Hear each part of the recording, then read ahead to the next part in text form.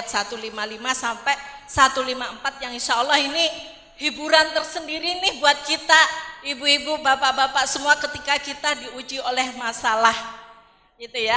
Tapi kan masalah itu bukan hanya biarinlah nanti juga seiring waktu akan selesai. Kita nggak mau seperti itu. Kita pengennya masalah itu kita hadapi sebaik-baiknya dan tak lupa kita melibatkan Allah di situ dan ilmu-ilmu yang lainnya tentunya ya. Saya bacakan yang artinya, dan sesungguhnya kami akan menguji kamu dengan sedikit ketakutan ya. Kita takut, kemudian kita lapar, kemudian kekurangan harta, jiwa ya, jiwa yang kacau dan sebagainya, itu ujian. Kemudian buah-buahan, dan berikanlah berita gembira kepada orang-orang yang sabar ya. Masya Allah, ini hiburan nih. Kemudian yaitu orang-orang yang apabila ditimpa musibah mereka berkata sesungguhnya kami adalah milik Allah. Dan kita ngomong begitu bukan hanya lisannya aja ya, bukan hanya innalillahi wa inna ilaihi rajiun, itu mah udah hatam ya, itu mah udah lancar. Tapi beneran gak di hati kita bisa membawa rasa, bener-bener gak kita itu minta tolong kepada Allah? Itu jangan-jangan innalillahi sih iya di lisan kita, namun di hati kita kenapa sih, apa salah saya, apa dosa saya, kan suka gitu ya kita. Kalau diuji ujian yang bertubi-tubi itu kadang kita tanya gitu, emang salahku apa, dosaku apa? Yang namanya manusia mah banyak ya. Ya insya Allah ketika kita dalam kondisi yang sehat, kita akan bisa menyerahkan itu kepada Allah. Kemudian ingat nih ayat yang 157-nya, mereka itulah yang mendapatkan keberkahan yang sempurna dan rahmat dari Allah. Itu tujuan hidup kita, mendapatkan rahmat dari Allah. Maka ketika tujuan kita hidup itu yang indah banget mendapatkan rahmat Allah, jangan santai kita menghadapi ujian berupa ketakutan dan sebagainya itu tadi ya. Oke, lanjut. Nah ini Bu Fat ya, saya tadi ngambil di menurut WHO dan dalam Al-Quran, ternyata kita mesti sabar nih biar kita itu bisa mendapatkan rahmat Allah dengan kondisi sehat mental. Itu apa yang harus kita siapkan? Bu Fat boleh lanjutin yang ini? Spiritual tiap hari ini mah yang utama di madrasah itu. Kalau pagi pasti ada sholat duha ya kan, sholat duha, rajin tuh sholat duha. Begitu di rumah libur seminggu aja bangunnya udah jam 9 ya kan, emaknya guprak-guprak, kamu tuh sholat ini rasa spiritualnya yang sudah terbangun di madrasah kok nggak ada. Atau dia kan di madrasah diajarin sholat, diajarin ini, diajarin ngaji, diajarin segala-galanya lengkap. Di sini kan paket lengkap. Nah, terus kenapa kok dia tatkala libur dia nggak punya kepedulian mau datang ke masjid? Ke masjid saja harus dibangunkan uminya, padahal di sekolah dia tidak terbangun. Dia udah males aja bawaan. Itu adalah beberapa ciri. Kenapa anak ini kok begini ya? Biasanya anak ini rajin. Kenapa ya anak ini biasanya dia rajin ke masjid, nggak pernah disuruh saya? Ada apa? Ini spiritualnya, pilar spiritualnya terganggu. Jadi ada pilar intelektual, spiritual, emosional, sosial, fisik. Kenapa? Perasaan nggak enak, pengennya tidur, nggak mau ini, atau pengennya muntah. Segala macam fisiknya udah terganggu, udah nggak mau ngapa-ngapain, sehingga yang namanya gangguan kesehatan mentalnya sudah mulai terganggu. Nah ada apa Bapak Ibu dengan 5 hal ini? Jadi setiap orang tuh memiliki ya dorongan untuk mengatasi masalah, pasti dengan cara apa? Nah pasti berbeda responnya, tergantung psikohistoris kita, psikomental kita, psikomatis kita. Ada apa ya? Nah, kadar mental kesehatan kita dan kadar keamanan kita. Ya, bahwa titik tujuannya itu sama. Nanti tuh kita ada apa ya? Kok mental kita keganggu? Nah, mental kita terganggu dengan ditandai oleh 5 ciri pilar mental, kesehatan mental. Nah, gimana biar kita tuh sehat mental? Maka ini terletak pada apa yang namanya pilar emosional. Bagaimana kita mengendalikan emosi kita. Emosi itu fitrah. Apa emosi? Marah. Boleh nggak ya Bapak Ibu marah? Boleh. Yang nggak boleh marah-marah itu fitrah. Seneng boleh nggak seneng? Boleh. Bahagia boleh nggak? Sedih boleh nggak? Boleh. Marah, sedih, senang, bahagia, cemas, itu semua boleh. Ya, cuman bagaimana kita bisa menjaga sehat mental kita sehingga pilar emosional kita itu terawat dengan baik.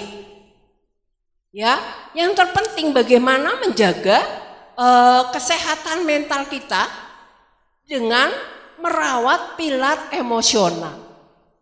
Yang memperhatikan bagaimana hubungan mind, soul sama terapinya menggunakan body, mind, soul. Jadi dalam menjaga kesehatan mental itu harus diperhatikan ada bodinya.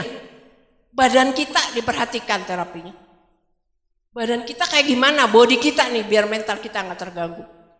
Nah, terus soul kita gimana? Hati religius kita bagaimana? Hati religius kita harus terjaga. Biar enak, biar nyaman mental kita. Boleh kita gangguan mental. Gangguan mental bukan gangguan jiwa ya Bapak Ibu, perhatikan. Itu gangguan mental, jangan dideketin. Oh enggak. Atau main kita, pikiran kita harus dijaga.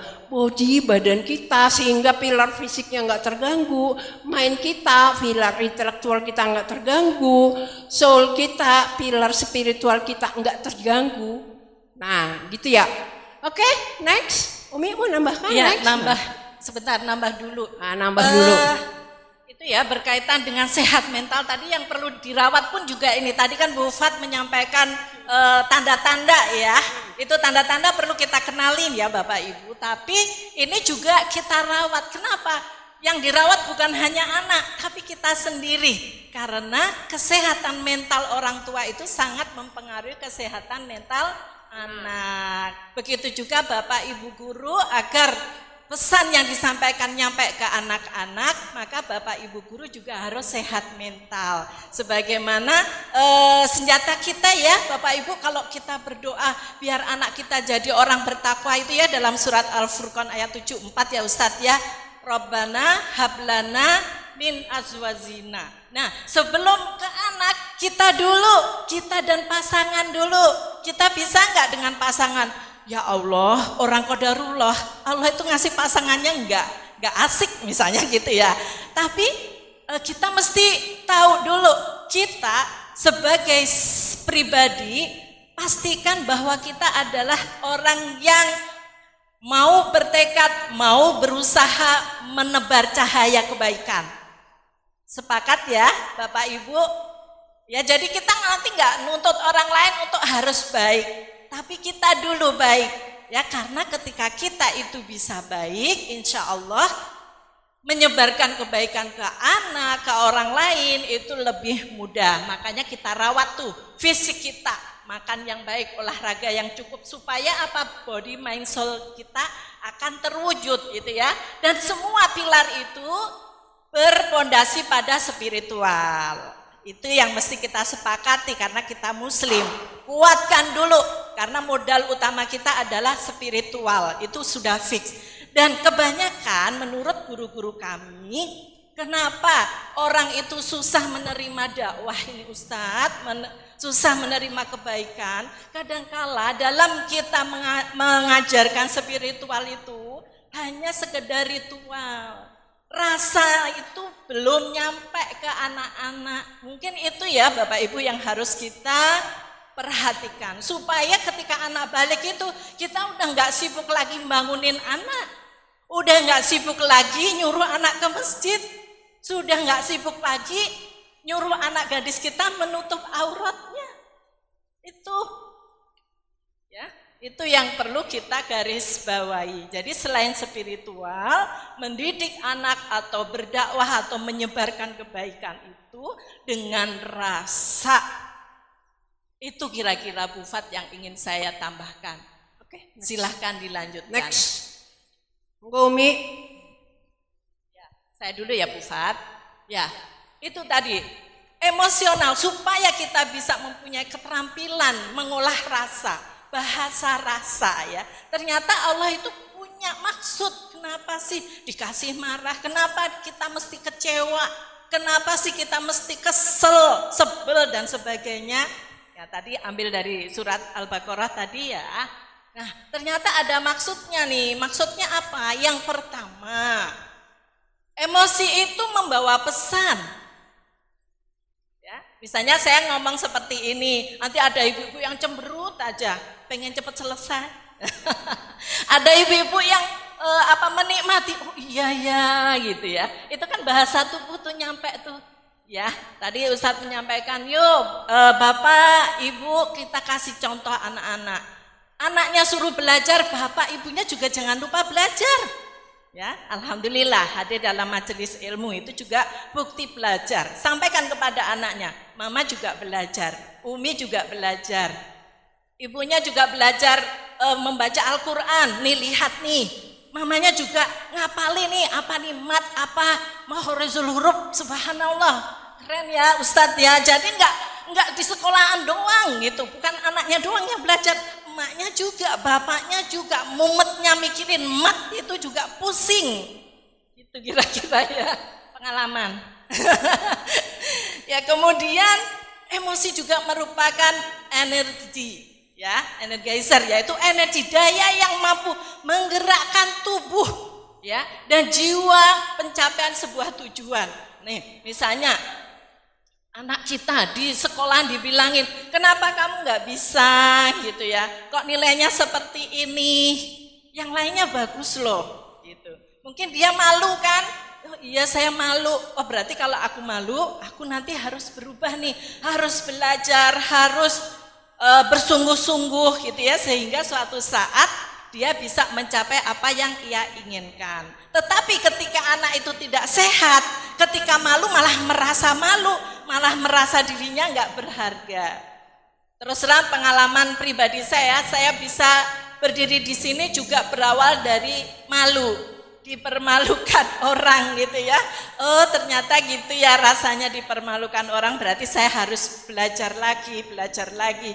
Dan alhamdulillah sekarang bisa sedikit berbagi ilmu kebaikan, semoga jadi amal jariah saya. Itu ya, jadi energi yang luar biasa.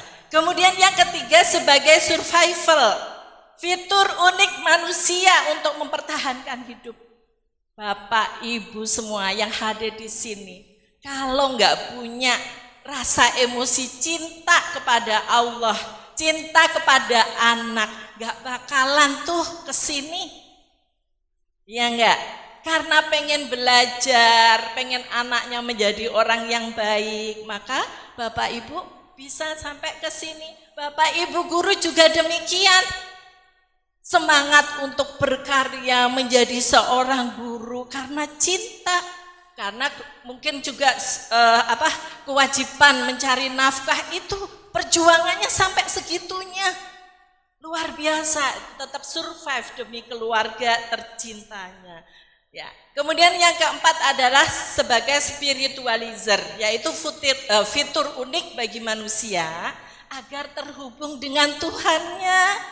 Subhanallah ya, orang beriman atau semua orang sebetulnya adalah baik. Saya yakin itu. Sebagaimana yang Allah firmankan, laqad khalaqnal insana fi ahsani taqwim, bahwa Allah itu menciptakan kita dalam sebaik-baik, pokoknya baik semuanya. Itu ya. Jadi kalaupun ada kita nemu, orang kok begini, yang masya Allah ya anak 14 tahun kok begini. Di situ kita nggak putus asa ngadepin anak-anak seperti itu. Kita masih punya nyawa, kita masih punya cahaya, punya energi untuk bisa membantu anak-anak itu menjadi lebih baik. Itu ya, nanti jadinya ibu jadi seorang ibu yang sabar dan tenang tuh, dapat tuh. Jadi kalaupun anaknya itu nggak karu-karuan gitu ya, kita masih bisa senyum. Ibu-ibu dan bapak-bapak di sini sabar dan tenang semuanya ngadepin itu semua. Amin. Ya, itu ya, jadi sepi itu luar biasa. Lanjut Pak. Bu Fat silakan. Nih, apa sih dampak marah bagi kesehatan? Ya, ada penelitian ini bahwa 90% dampak marah bagi kesehatan fisik, itu penelitian dari Universitas di Harvard. Dampak dari marah itu 90% berdampak bagi kesehatan fisik. Bapak Ibu kalau habis marah-marah lemes enggak? Kalau yang punya darah tinggi itu bisa pingsan. Ininya otaknya bisa terganggu. Oke, 6 dari 10 penderita kanker punya riwayat anger manajemennya, anger in ya. Terus punya forgiveness issue. Jadi anger in itu begini Ibu. Kan ibu-ibu nih biasanya kalau suami kita ya, tuh si kakak begini. Kan si bapak-bapak suka begitu ya.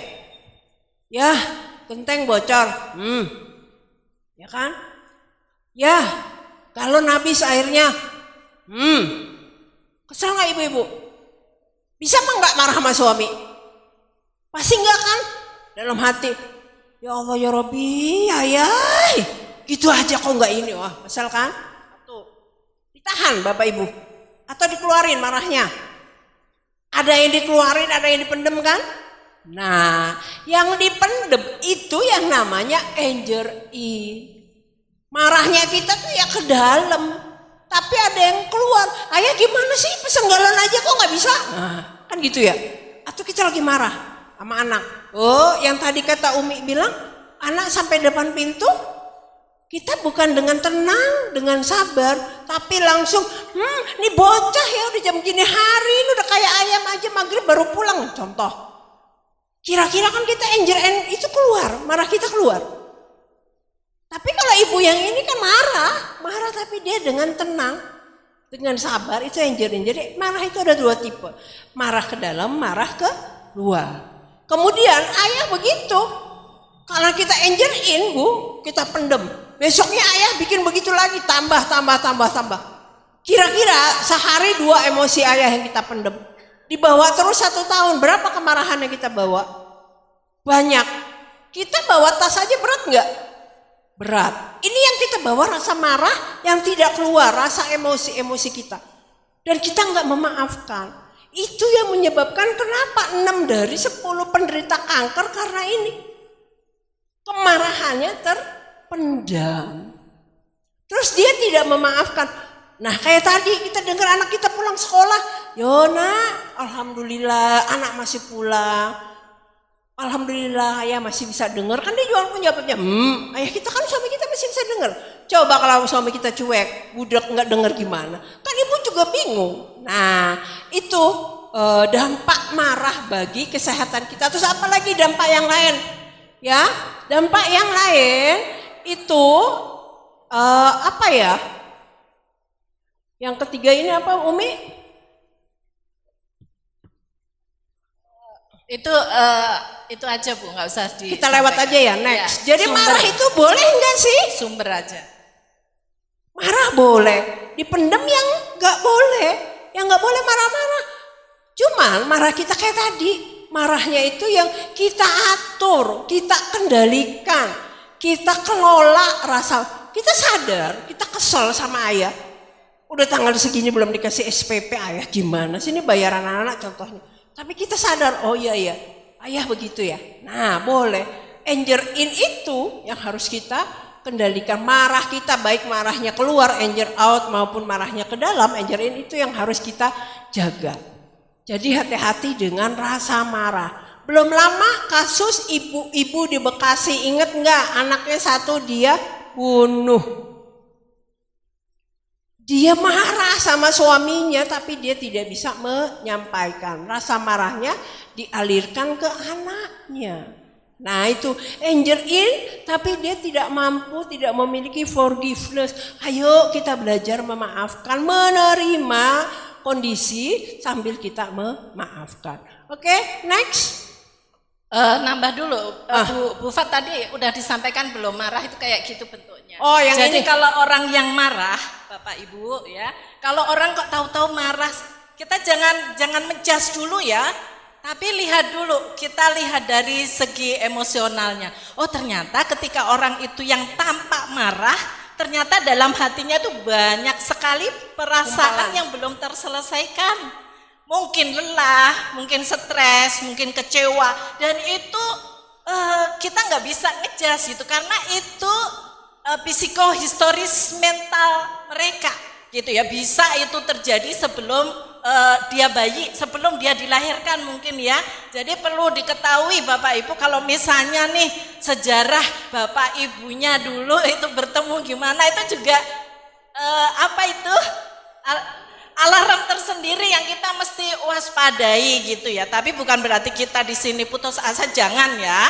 Justru ketika kita mengenali diri kita, oh saya riwayatnya begini, berarti mesti banyak tobatnya begitu ya. Kalau di dalam surat Al-Ahqaf itu, supaya kita bisa menjadi orang baik itu mesti banyak tobatnya tuh, biar bisa kita bersyukur gitu. Itu tentu secara psikologis akan berdampak ya. Kemudian anak yang dilahirkan yang tidak diinginkan itu juga sangat berdampak ya Bapak Ibu ya. Jadi alarm aja supaya kita banyak tobatnya, intinya itu ya menurut saya. Kemudian ternyata itu ya, ada capek, kecewa, kesepian, takut dan sebagainya dan sebagainya. Jadi kalau kita melihat diri kita sendiri mungkin, kenapa ya saya kok sukanya marah gitu ya. Itu coba lihat dalam kita, sejarah kita gimana, adakah kita mengalami luka pengasuhan gitu.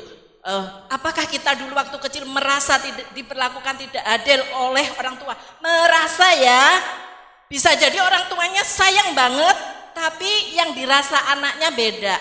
Mungkin Bapak Ibu kemarin nonton film Izinkan Saya Menangis. Nah itu bapaknya, mohon maaf kalau kita lihat orang sehat mah kasar banget. Tapi itulah cara cintanya beliau terhadap anak-anaknya, sampai anaknya 3 itu yang 2 lari dari rumah, tinggal 1 akhirnya juga pergi bersama ibunya gitu ya, Masya Allah ya, itu gitu. Jadi antara kita sebagai orang tua pengen mengungkapkan cinta, ternyata anaknya tidak merasakan itu, akhirnya kecewa atau marah dan sebagainya. Itu perlu kita pahami.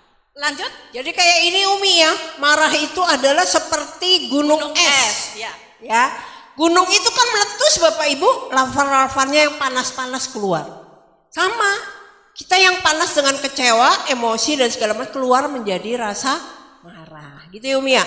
Oke, next. Waktunya tinggal sedikit ya Bu Fat, kita ngebut ya. Kita ngebut. Oke. Lanjut ini aja ya Bu Fat, ya, bedanya emosi dan ekspresi emosi. Ya kita langsung ke lari ke slide berikutnya, tapi ini dulu nggak apa-apa. Nah ini jenis-jenis emosi ada ini ya. Nanti slide-nya boleh dibagikan ibu-ibu, nggak perlu moto-moto, ntar nggak jelas nggak bisa dibaca. Nanti dikasih, tenang aja. Ini ya, jenis emosi itu kurang lebih ada 8 atau mirip-mirip ya Bu Fat ya.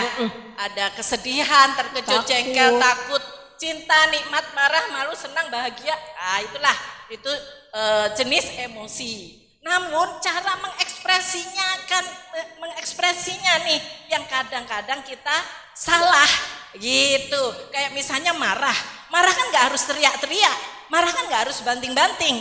Tapi kenyataannya kita nggak bisa mengendalikan itu kadang-kala, atau orang-orang tertentu yang kondisinya memang lelah gitu ya. Balik lagi ke slide yang tadi. Nah ini emosi. Langsung aja nih yang saya satu aja yang saya ambil ya, nanti Bapak Ibu bisa baca sendiri. Yang banyak kita nggak tahu itu bahwa emosi itu butuh dialirkan ternyata.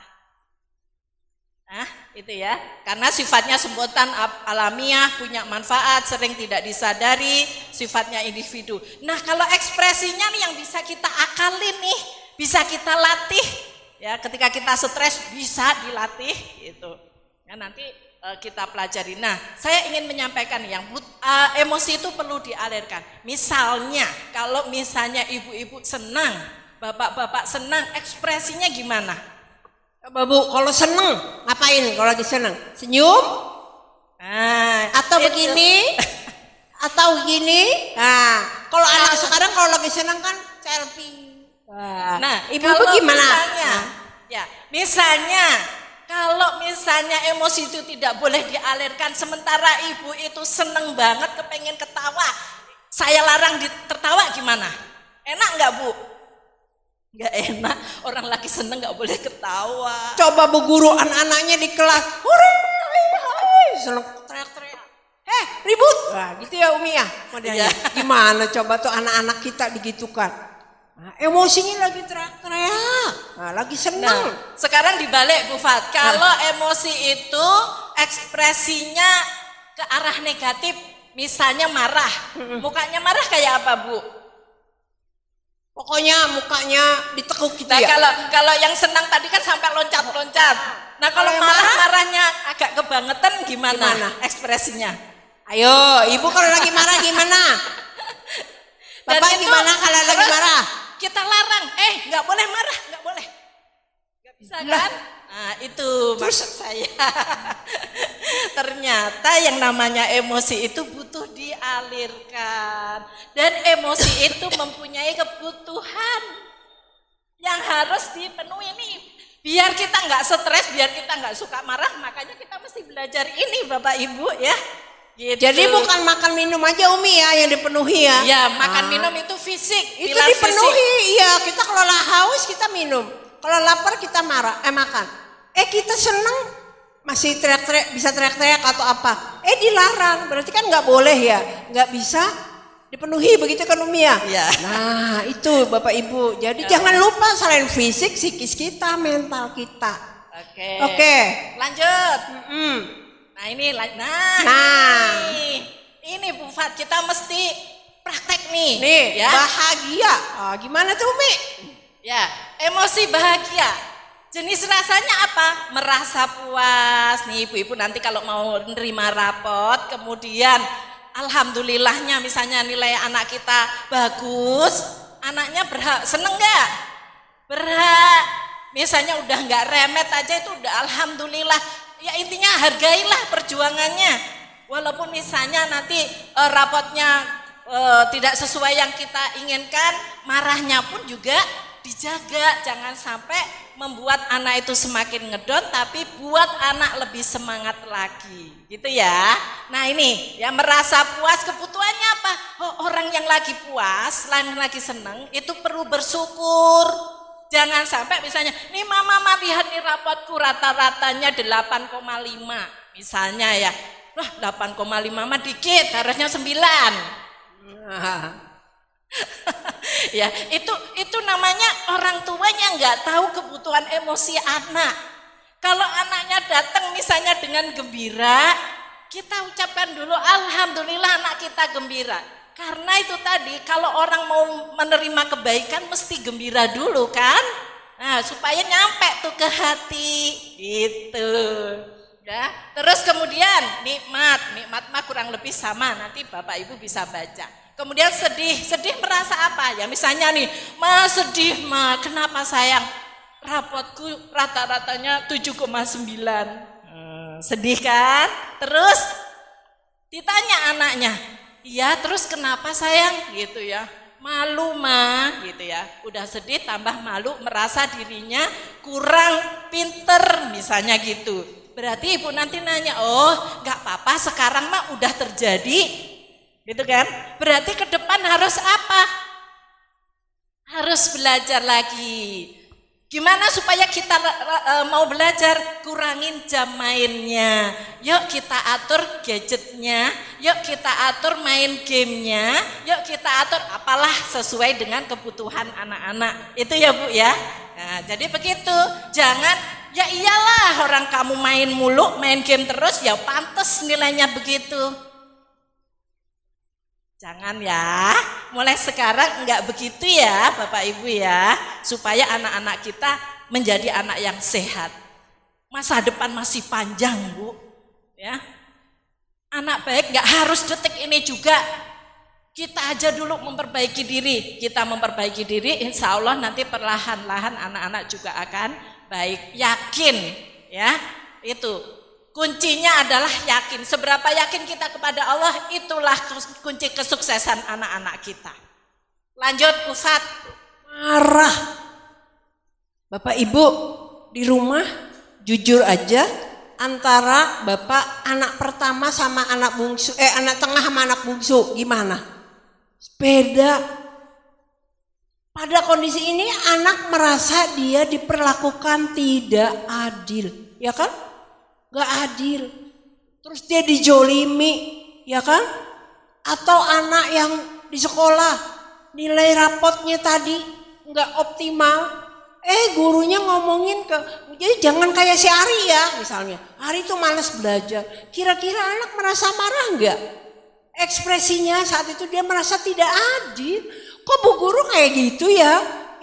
Nah, padahal anak yang kayak begitu, kebutuhan emosinya itu dia maunya diperlakukan dengan baik, dibela. Oh nak, kenapa kamu nilainya segini? Oh tadi Bu Guru bilang begini gini. Aku nggak suka Bu Guru. Oh iya kenapa? Gimana sayang sini Mama peluk dulu. Nah dia merasa diperlakukan, kebutuhan emosinya itu merasa dibela oleh ibunya. Nah, itu yang perlu dijaga. Apa sih kebutuhan anak? Misalnya anak diperlakukan tidak adil. Bagus kalau anak diperlakukan tidak adil di rumah, dia mama sama kakak tuh mama sih begitu. Saya harus ngalah, aku harus ngalah sama adek. Sementara kakak Kakak tuh boleh kesini, mama nggak marahin mama ini. Anak kan merasa diperlakukan tidak adil. Nah itu harusnya seorang ibu seorang abi, seorang ayah harusnya, nah sini, yuk istighfar dulu yuk. Kenapa sih kamu kok gitu? Ya mama tuh begini. Sama kakak begini. Saya harus ngalah sama adek, saya harus menghormati kakak. Lah akunya bagaimana Kok begitu ya sama aku, kok sama kakak sama adek nggak sama, mama nggak adil, ayah juga. Oh ajak ngomong. Dia perlu, oh kamu ngerasa begitu ya. Nah mama sama ayah nggak begitu kok. Ajak ngobrol. Nah itu kalau dia merasa marahnya karena ketidakadilan yang dia terima. Bisa jadi rasa marahnya kalau kebutuhan emosinya tidak terpenuhi. Kayak tadi, dicabut kemana, lari kemana, ya. Oke, Umi, boleh praktek enggak Bu? Boleh, ayo Umi. Ada enggak Bapak atau Ibu berpasangan ya, 2 orang gitu yang mempraktekkan misalnya jenis emosinya apa yang dirasa, kemudian ibu yang satunya memenuhi kebutuhannya. Gitu. Oke. Ibu sama Bu Guru. Yang gak maju, ya Bu Guru sama Bu Guru boleh. Sedangkan ibu yang gak maju, praktek yuk. Ayo berdua, ayo berpasangan. Ayo mengalirkan emosi. Ayo Bu silakan. Biar nanti kalau praktek sama anaknya bisa. Berdua siapa Ibu pilih temennya? Siapa? Yo, silakan sama siapa berdua. pasangannya. Silakan. Yuk kita praktek. Ayo praktek.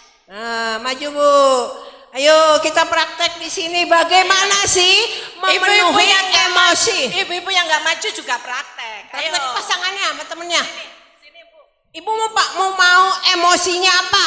Bahagia, nikmat, apa mau sedih atau marah? Yang paling gampang. Nah, gimana perasaan ibu kalau bahagia? Apa ekspresinya? Oke. Jenis emosinya gimana? Sinian. Kan kita lagi jadi artis. Sini Bu. Ya kita tuh ininya kalau lagi bahagia kayak gimana? Nah, kalau lagi bahagia itu kan jenis rasanya seperti apa bahagia, ya kan? Kemudian kalau lagi bahagia itu apa yang harus dipenuhi? Oke, Ibu lagi senang. Apa? Kalau saya kalau lagi senang itu pekerjaan rumah akan cepat selesai. Tidak dipraktekin. Nah, misalnya nih, Abi baru dapat bonus. Ini Desember mau dapat bonus ya, bapak-bapak tuh. Bahagianya apa? Ekspresinya kayak apa? Nah, dapat bonus. Atau anak dapat nilai bagus. Nah. Oke. Nah, ibu mau pilih yang mana? Mau bahagia, nikmat, sedih? Nah, kalau bahagia kan ibu puas, ngerasa cukup, ya kan? Ngerasa, dengan ini bahagia banget, kayaknya penuh kehangatan. Nah, gimana Bu? Ayo. Ya gimana tuh? Bu, bingung katanya ini Mi. Oke. Bu Fat, saya hari ini kecewa ya, emosi saya. Ya. Sedih ya? Kecewa. Ya. Bu Fat, saya hari ini kecewa banget. Saya merasa diperlakukan tidak adil sama mertua saya. Itu membuat saya itu sedih banget, Bu. Aduh, kenapa Bu dengan mertua ya? Tapi Bu sabar ya Bu. Saya dibilangin menantu yang nggak tahu diri. Aduh kasihan ya Allah. Bantu aku kuat ya Bu Fat. Insya Allah Bu. Ingat Bu, mertua kita itu kan orang yang sudah melahirkan suami kita. Nah dia juga merasa miliki suami jadi wajar. Ibu sabar Capek aja. tahu Bu. Ya, capek kan nanti kan upahnya kata Allah ke surga Bu. Kita Bantu sabar. aku ya Bu ya. Insya Allah kita Bantu sama-sama ya. ngejaga itu ya Bu ya. Makasih. Nah, soalnya kasus biasanya ibu-ibu begitu Itu ya sama mertua contoh. perempuan. Nah, gitu Bapak Ibu jaga anak-anak kalau lagi kondisinya lagi nggak mood banget ya kita dekap dia. Jangan, kamu tuh begitu aja kok marah, begitu aja ngiri sama adik kamu, kakak kamu. Nah, oke, next. Lanjut aja Bu Fat, nanti bisa dibaca Ibu. Ya, next aja. Nah, ini. Apa sih sumber marah tuh? Nah, marah itu bisa dari anak, bisa dari suami, bisa dari lingkungan, bisa dari kita sendiri. Marah anak karena kita habis beberes, apalagi anak kita masih TK, masih SD, berantakin lagi. Atau dari suami, ya suami yang nggak ngerti, kita lagi PMS misalnya suami nggak ngerti, nggak mau ngebantuin kita. Atau lingkungan tetangga kita tuh pokoknya sampah aja digantung-gantungin di pintu, kan kesel banget ya. Atau dari diri sendiri, kita merasa belum sempurna, kita merasa nggak diperhatiin suami. Nah, apa sih yang harus diperhatikan? Jangan sampai tuh marah meledak jadi anger out, meledaknya ke anak atau ke suami juga sebenarnya nggak boleh, ke anaknya, ke suami, karena itu akan menjadi luka berkelanjutan bagi anak maupun suami. Ya, semakin banyak sumber adalah maka saya bilang ransel emosi kita semakin banyak semakin berat. Nah, itu ya Bapak Ibu ya. Jadi sumber marah bisa dari anak, suami, lingkungan, diri sendiri. Yang jadi catatan, jangan sampai rasa marah kita itu sampai dikeluarkan, ditumpahkan, diledakkan ke anak-anak. Apa aja tipe marah yang tadi saya sudah sampaikan? Ada marah pasif. Marahnya itu namanya marah pasif yang saya bilang tadi, anger in. Ditahan aja. Kalau masih gadis mah ditahan marahnya jadinya jerawat. Ya kan? Anak gadis kan begitu. Atau ditahan aja. Anak cowok, anak-anak cowok kita biasanya kalau marahnya ditahan, dia brutal Bu di luar. Dia nakal di sekolah. Jadi nakalnya anak harus dilihat. Kemudian itu anak yang pasif atau anger in, dia emang diem. Rasa marahnya itu didendam aja. Perasaan mukanya itu jadinya jutek banget. Nah, ada marah juga yang agresif, meledak-meledak. Ibu ini tipe marahnya agresif apa pasif? Anger in apa anger out? Nah, itu ya. Ini jangan sampai kita anger in, suami kita anger in. Di rumah jadinya kuburan, semua diem-diem. Ya kan? Harus bagaimana kita mengendalikan rasa marah kita. Yang terakhir ada jenis marah ya gabungan keduanya, pasif dan agresif. Ya, sukanya gini, gitu tuh, papa begitu tuh, biasa. Nah, kalau ini suka lupa mama, dia nyindir suami kita. Tapi dia nggak ngomong. sumber kemarahannya apa? Nah itu gabungan keduanya, pasif dan agresif. Nah mana sih yang bagus? Wah yang mana tuh Umi yang bagus ya? Itu dari sononya Bu. Ya dari sononya tipe kita udah ada. Cetakan Allah pabrik. menciptakan kita ya Umi ya. Yang penting nanti bisa kita siasati. Nah gitu ya. itu bagaimana mengendalikan tipe-tipe marah itu. Boleh enggak? Ya bukan boleh atau enggak boleh, memang ada dari lahirnya, dari sononya. Tapi bagaimana kita mampu mengendalikan. Oke next. Ya jadi ketika kita tahu tipe marah kita ya Bu, apa tadi kalau pasif agresif itu tipe orang yang suka nyinyir itu tadi ya. Kalau yang pasif itu orang yang jutek. Nggak ngomong sih enggak, cuman bahasa tubuhnya nggak enak banget gitu ya. Hati-hati ya, dalam agama kita nggak boleh seperti itu. Jadi mesti kita siasati. Lanjut, next. Nah, nih karena Oke, waktunya Umi. udah mepet nih Bu Pat, saya mau cepetan aja gitu ya. Oke. Cara mencegah marah, ya ada cerdas mengenali trigger. Bu Pat jangan di situ dong, nggak Ya. kelihatan. Cerdas mengenali trigger atau sumber. Kemudian cerdas mengenali reaksi tubuh. Ketika kita marah tubuh kita apa? Mungkin pusing, migrainnya kumat, asam lambung naik, jantung berdetak. Kalau udah kita lagi adep-adepan gitu kadang kepala agak panas gitu ya. Tubuh kaku, itu tanda-tanda itu yang harus kita kenali. Kemudian yang ketiga cerdas mengenali jenis emosi dan kebutuhan di balik emosi. Tadi ya. Nah, itu praktekkan Bapak Ibu semua ya, kenali jenis emosinya apa yang dirasa dan apa yang dibutuhkan itu harus terampil, kita harus mau belajar. Kalau kita nggak peduli dengan orang lain atau nggak peduli dengan diri kita sendiri, misalnya kita lagi marah, kita marahlah takut belakal jana, nggak boleh marah ya, nggak dialirkan gitu ya. Nah, makanya mesti kita alirkan dengan cara yang asertif, nanti kita ajarin di situ. Kemudian cerdas melatih ekspresi marah. Nah itu tadi ya, yang kita latih adalah ekspresinya. Marah boleh, ekspresinya yang kita latih. Kalau misalnya nih kita lagi berhadapan-hadapan dengan orang, kemudian kita udah marah banget, udah hampir meledak, kayak nih PFC kita nih, bagian otak kita yang untuk memutuskan kebaikan itu sulit dikendalikan, maka apa yang harus kita lakukan ya. Kalau kata Imam Al-Ghazali, mohon koreksinya Ustadz kalau salah, ketika kita marah itu ada tiga langkah, berarti 30 detik itu kita diem, kemudian 30 detik sampaikan inti kemarahan kita, inti aja, jangan jadi ahli sejarah ya ibu-ibu nih. Tahan dulu, jangan jadi ahli sejarah.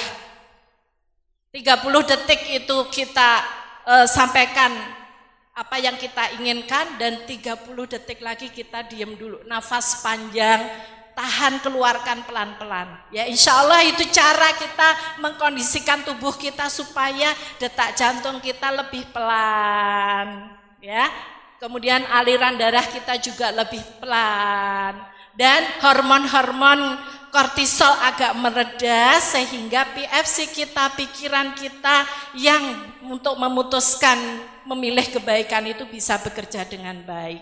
Kira-kira gitu ya. Istighfar, tarik nafas panjang, tahan pelan-pelan, tahan, keluarkan lewat mulut pelan-pelan. Nanti kita praktekkan. Ini ya, fokus ke hal yang bisa dikendalikan. Gitu ya. Kemudian fokus ke teknik ya. Ini mah nggak usah ya.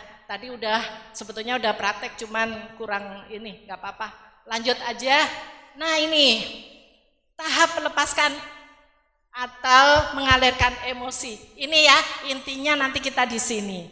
Bapak Ibu, yang namanya kita mengalirkan emosi, terutama yang ekspresinya itu negatif, kita boleh dengan syarat kita sifatnya pribadi kita. Misalnya nih pas ibu-ibu habis sholat, ibu-ibu sekalian curhat sama Allah ya. Ada orang yang ketika curhat dengan Allah itu langsung bisa hatinya kembali ke dalam keridhoannya, ada. Tapi ada orang yang mesti dibimbing oleh profesional. Mungkin harus curhatnya harus ke psikolog, mungkin juga perlu ke psikiater. Enggak apa-apa Bu, bukan berarti kita gila, bukan ya. Gitu. Kalau memang kita sudah merasa terganggu 5 pilar itu, berarti kita ada tanda-tanda kesehatan kita terganggu. Termasuk ketika kita nggak bisa melakukan kewajiban sebagai seorang muslim, ya, ibaratnya sholat aja belum, puasa apalagi, ya, itu mah harusnya dicek ke profesional, begitu. Selain ke Ustadz mungkin ya, kita juga minta nasihat kepada beliau. Cara melepaskannya seperti ini ya, sambil gelar sajadah, sambil ngobrol sendiri, atau ke konselor atau ke Ustadz mungkin ya Bapak Ibu. Ya, tahapannya ada 4. Yang pertama adalah aware. Aware itu menghadirkan, kita sadar, kita bertanya pada diri kita sendiri, siapa sih sebetulnya yang membuat kita itu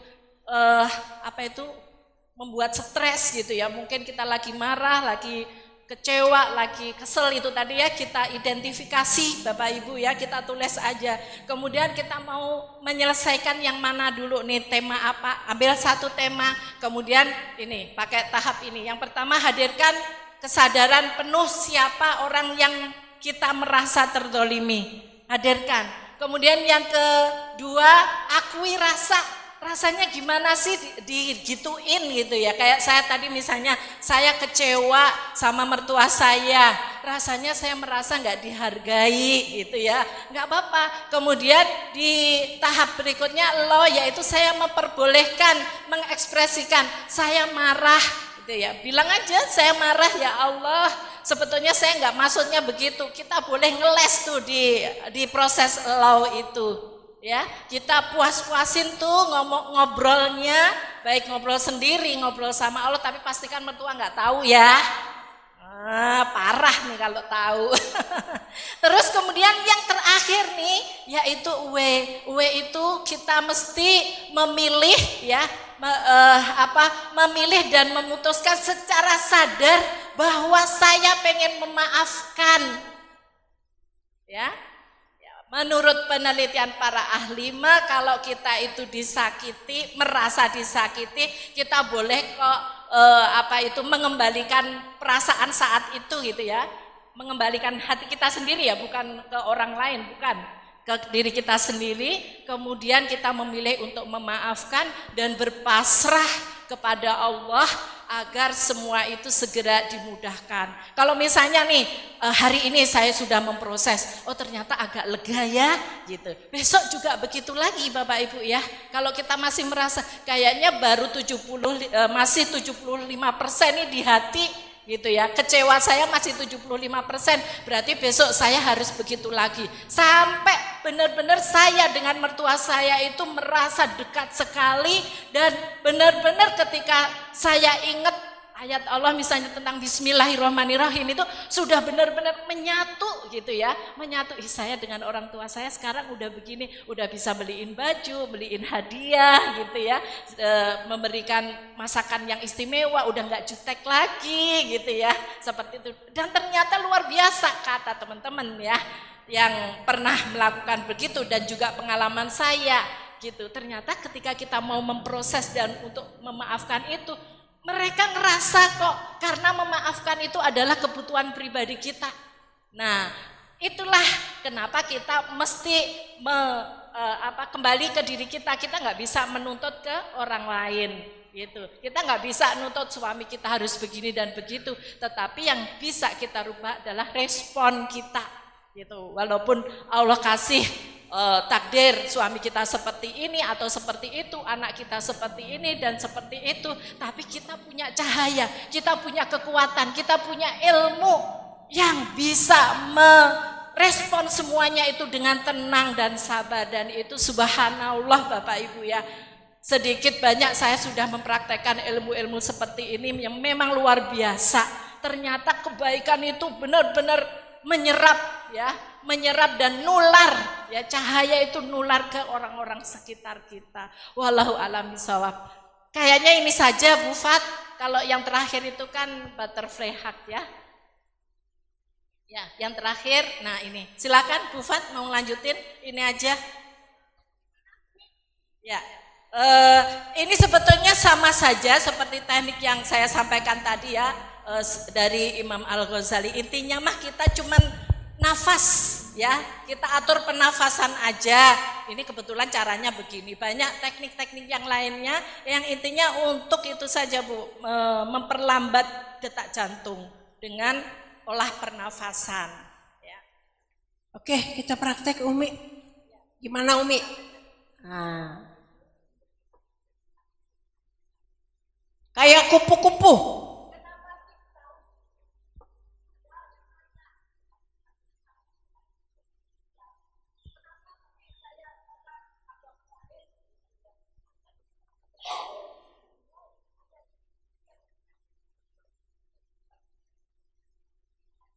Oke, ibu-ibu kita praktek gimana? Ayo Umi. Kaitkan ya jari-jari. Iya, enak bener. Nah. Mau nyender? Nah, boleh.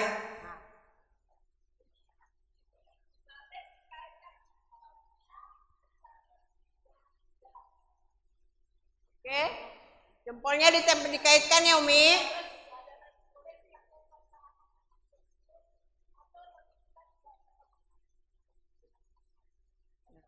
Iya, oke, lanjut.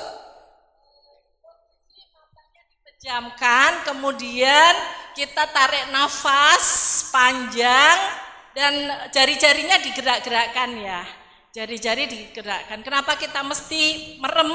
Karena supaya kita enggak terdistraksi yang lain. Ya, ini terus tarik nafas panjang, tahan, keluarkan pelan-pelan lewat mulut. Tarik nafas lagi, panjang, tahan, keluarkan pelan-pelan lewat mulut. Nah, itu bisa berkali-kali sampai ibu, bapak merasa tenang. Ya, tarik nafas lagi panjang, tahan, keluarkan pelan-pelan. Tarik nafas, tahan, keluarkan pelan-pelan. Ya, kalau sudah cukup itu sebagai sedikit ilmu saja ya Bapak Ibu. Dan ini penting banget buat Bapak Ibu guru. Mungkin kalau pas lagi habis ngajar capek banget. Kesel banget ya kalau habis ngajar. Bu? Karena kita jadi rileks, tubuh kita rileks. Yang tadinya itu mungkin pundak kita itu pegel semua karena gitu kan. Kebayang saya Bu, anak SMP kayak apa?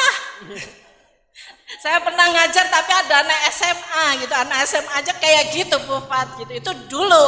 Sekarang subhanallah, itu perlu mungkin ketika misalnya anak-anak ngerjain gitu ya, ibu melipir. Kalaupun tidak bisa begini, duduk aja yang santai, yang rileks Bu. Insya Allah itu menambah, mengurangi kecapean, kesetresan kita. Ibu-ibu juga begitu ya. Habis nganterin anak, misalnya di rumah anaknya udah sekolah, semua praktekin itu. Gitu. Wallahu a'lam bishawab. Ya. Oke, Bapak Ibu, saya kembalikan ke moderator. Mungkin ada sesi tanya jawab. Ya, dipraktekin Bapak Ibu. Jangan lupa praktekin apa? Emosi, kenali emosi, mana ekspresi emosi. Mana kebutuhan emosi. Kemudian ini tadi kalau kita kondisi kita lagi itu, nah kita pakai butterfly. Kalau saya biasanya sih malam atau siang lagi kesel matiin aja lampu, masuk kamar. Nah, Bang, Mama jangan diganggu dulu ya. Mama mau masuk kamar, udah ngamar deh, ngomong sendiri sambil butterfly. Ya, oke, Ibu moderator.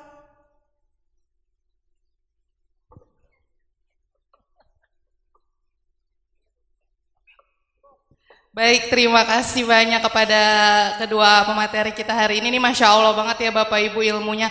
Bagaimana perasaannya Bapak Ibu setelah menyimak materi hari ini? Bahagia? Bahagia, gimana ekspresinya kalau bahagia?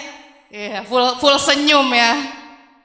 Karena nih Masya Allah kalau kata anak sekarang nih seminar hari ini isinya daging semua ya, berisi gitu. Banyak ilmu-ilmu atau poin-poin baru yang mungkin kita baru ketahui. Ya, jadi tadi sedikit saya mengulang, ada beberapa mungkin intinya adalah bagaimana kita menghubungkan body, mind, and soul ya, 3 bagian ini. Kalau mungkin kita makan, minum itu untuk fisik kita, tetapi ternyata pikiran dan jiwa kita juga perlu dipenuhi gitu, termasuknya kesehatan mental hari ini gitu ya. Jadi tadi Masya Allah banget teknik self terapinya juga yang bisa kita coba. Tidak hanya Bapak Ibu, Dewan Guru di sini juga coba gitu ya.